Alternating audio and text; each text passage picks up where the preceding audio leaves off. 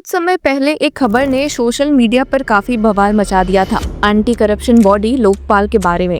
लोकपाल जो करप्शन के खिलाफ लड़ने के लिए बना था, वो खुद कंट्रोवर्सी के बीच आ गया। और रीजन BMW। हाँ, सही सुना आपने, लग्जरी BMW का। तब लोगों ने पूछा था कि ये हो क्या रहा है, एंटी करप्शन बॉडी को इतनी महंगी कार्स की जरूरत क्यों है। उस वक्त क्रिटिसिज्म इतना बढ़ गया था कि लोकपाल पर हिपोक्रेसी के आरोप लगने लगे थे। लेकिन अब वहीं सोर्सेज से एक नई बात सामने आई है, एक क्लैरिफिकेशन, जिसमें लोकपाल ने पूरा मुद्दा समझाने की कोशिश की और कहा कि ये टोटली अनवारंटेड नीडलेस कंट्रोवर्सी है। तो व्यूवर्स, ये पूरा मुद्दा क्या है, चलिए आज के इस वीडियो में समझते हैं। अब ये सब शुरू हुआ था 16 अक्टूबर को, जब लोकपाल ने एक टेंडर फ्लोट किया था for the supply of 7 BMW 3 series 330 ली M स्पोर्ट कार। हर एक की कीमत लगभग ₹69.5 lakh, total cost around ₹5 crore. Tender में लिखा गया था कि वेंडर को ड्राइवर ट्रेनिंग प्रोग्राम भी करवाना होगा और व्हीकल्स को 30 दिन के अंदर डिलीवर करना होगा। अब टेंडर जैसे ही पब्लिक हुई, अपोजिशन ने सीधा लोकपाल पर अटैक कर दिया। कांग्रेस स्पोक्स पर्सन शमा मोहम्मद ने एक्स पर लिखा कि Lokpal wants to buy 7 luxury BMW cars worth ₹5 crore for itself. This is the same institution that was supposed to fight corruption after the so-called India Against Corruption movement, a movement backed by the RSS and designed only to bring down the Congress government. उन्होंने पूरे issue को political context में link किया, यानी कि ये कहकर कि लोकपाल का असली काम करप्शन से लड़ना नहीं बल्कि एक पॉलिटिकल टूल बनना था। अब public interest lawyer Prashant Bhushan ने भी काफी तीखे कमेंट्स दिए, कहा कि the institution of Lokpal has been ground to dust by the Modi government. उनका कहना था कि मोदी सरकार ने लोकपाल को एक सिंबॉलिक इंस्टीट्यूशन बना दिया है, जिसका असली पावर या रिलेवेंस अब खत्म हो चुका है। और वहीं TMC MP सागरिका घोष ने इस पूरे एपिसोड को टेरिबल ऑप्टिक्स बोला। उन्होंने लिखा कि instead of investigating corruption, Lokpal seems to be indulging in extravagance. Important note, Lokpal is justice AM Khanwilkar, whose last judgment before retiring gave ED sweeping powers in PMLA cases। हालांकि अब sources in anti graft ombudsman Lokpal ने कहा कि please see section 7 of the Lokpal and Lokayuktas act 2013 which deals with the salary allowances and other conditions of service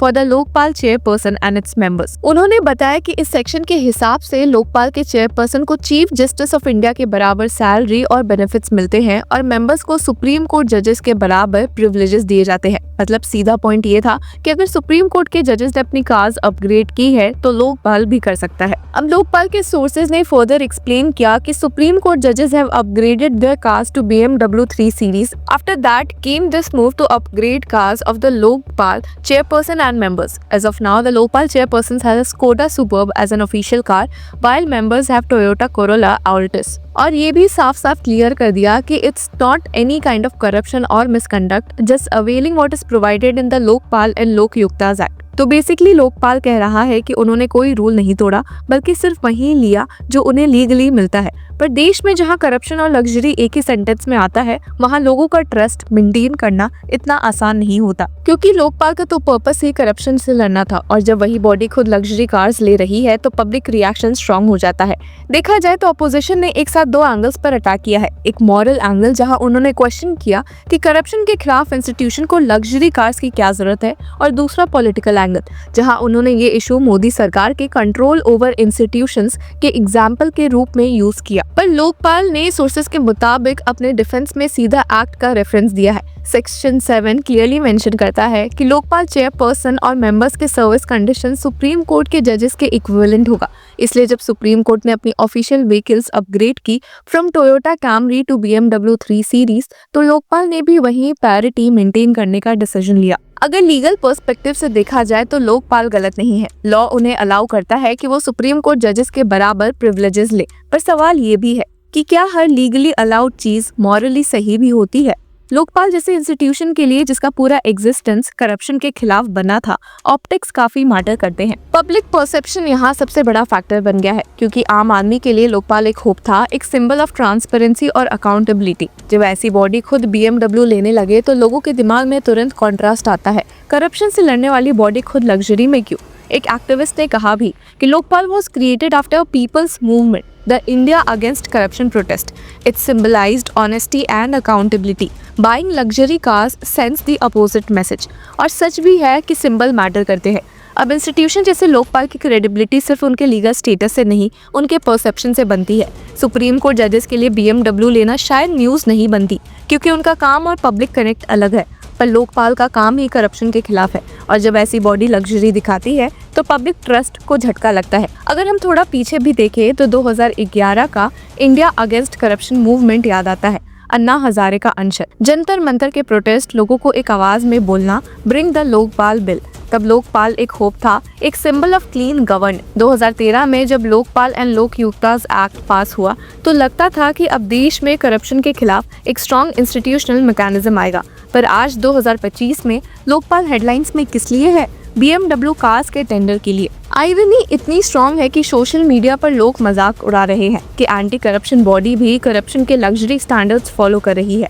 opposition ने इस controversy को और amplify कर दिया है, पूछते हुए कि what exactly has Lokpal achieved since it's formation. Congress ने सवाल उठाया कि 2019 के बाद अब तक लोकपाल ने कितने बड़े करप्शन केसेस पर एक्शन लिया। एक्टिविस्ट ने कहा कि लोकपाल एक टूथलेस टाइगर बन गया है, एक इंस्टीट्यूशन जो पेपर पर तो पावरफुल लगता है पर ग्राउंड पर इनएफेक्टिव है। एक सीनियर जर्नलिस्ट ने लिखा, the Lokpal doesn't need BMWs, it needs backbone. और शायद यही लाइन इस पूरी डिबेट का एसेंस भी है। अब लोकपाल का कहना है कि वो सिर्फ अपने लीगल राइट्स यूज कर रहे हैं, कोई एक्स्ट्रा वेगान्स नहीं कर रहे। पर लोगों का कहना है कि जब पब्लिक ट्रस्ट वीक हो तब सिंबल्स और जेस्चर्स ही इंस्टीट्यूशंस की इमेज बनाते हैं। पब्लिक इंस्टीट्यूशंस के लिए ऑप्टिक्स और मोरालिटी इक्वली इंपॉर्टेंट है। एक रिटायर्ड ब्यूरोक्रेट ने एक इंटरेस्टिंग बात भी कही कि leaders can respect not by what the law permits but by what they voluntarily refrain from. मतलब सिर्फ लीगल कंप्लायंस से क्रेडिबिलिटी नहीं मिलती बल्कि रिस्ट्रेन से भी मिलती है। तो अब सवाल ये है कि अगर लोकपाल लीगली जस्टिफाइड भी है तो क्या वो मॉरली भी राइट है? क्या एक एंटी करप्शन बॉडी को अपनी इमेज और सिंबोलिज्म को प्रोटेक्ट करने के लिए थोड़ा सिंप्लिसिटी दिखानी चाहिए थी? क्योंकि आज के जमाने में परसेप्शन ही पावर है। लोग इंस्टीट्यूशन से बस ऑनेस्टी नहीं, सेंसिटिविटी भी एक्सपेक्ट करते हैं। लोकपाल चाहे बोले कि दिस इज नीडलेस कंट्रोवर्सी, पर जनता के नजरिए से ये एक रिमाइंडर है कि क्लीन गवर्नेंस सिर्फ लॉ से नहीं वैल्यू से आती है। और शायद इसलिए लोग पूछ रहे हैं, लोकपाल को सच में क्लीन इमेज चाहिए या क्लीन कास्ट? क्योंकि आखिर में देश करप्शन से नहीं, डबल स्टैंडर्ड से थक गया है। और जब एंटी करप्शन बॉडी खुद लग्जरी के सफर पर निकल पड़े तो सवाल उठते ही हैं कि is this really a fight against corruption और just another drive for comfort? तो व्यूअर्स, आपकी क्या राय है हमें कमेंट सेक्शन में जरूर बताएं। और तब तक के लिए कीप फॉलोइंग लॉ चक्रा।